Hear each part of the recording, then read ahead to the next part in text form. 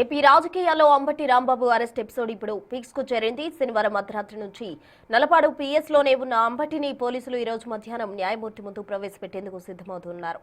ఈ తరుణంలో ఆయన కుమార్తె చేసిన వ్యాఖ్యలు ఇప్పుడు సోషల్ మీడియాలో వైరల్ అవుతున్నాయి.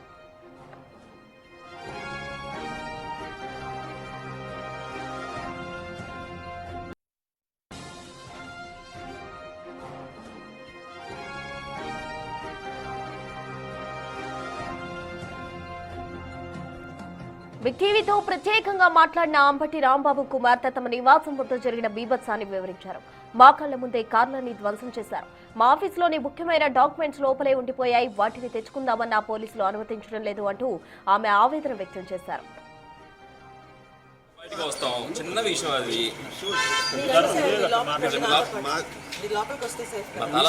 తలాలు ఉన్నాయి. మీరు అడిగారు స్టేషన్ లో పెడతామండి, తలాలు ఇవ్వండి అని అడిగారు. మీరు లోపలికి చూద్దాం రండి. మీరు కూడా రాత్రి చీకట్లో కనబడలేదు, ఇప్పుడు చూద్దాం.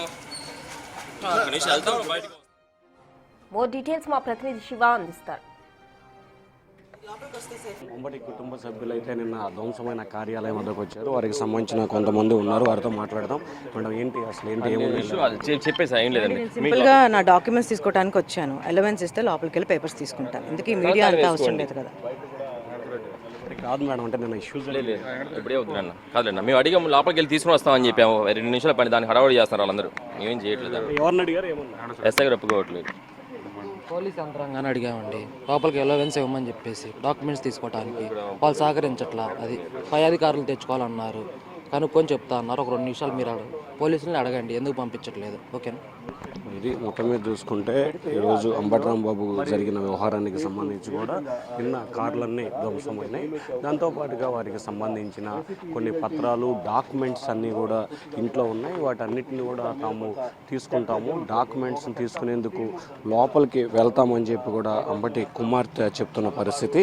అయితే పోలీసులు మాత్రం దీనికి ఉన్నతాధికారుల అనుమతి తీసుకోవాలి అని చెప్పి చెప్తున్నారు. ఉన్నతాధికారుల అనుమతి తీసుకున్న తర్వాతనే లోపలికి అనుమతిస్తామని చెప్పి వారు చెప్తున్న పరిస్థితి కనిపిస్తుంది. ఎందుకంటే నిన్న తీవ్ర స్థాయిలో ఉద్రిక్తత వాతావరణం. దీంట్లోనే రాంబాబు దాదాపుగా 6-7 గంటల పాటు లోపల ఉన్న పరిస్థితి కనిపిస్తుంది.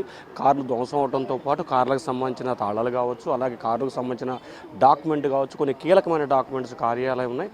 గేటు తీసుకెళ్తామని చెప్పి కూడా అంబటి కుటుంబ సభ్యులు ఆయన కుమార్తె చెప్తున్నారు. Vote studio.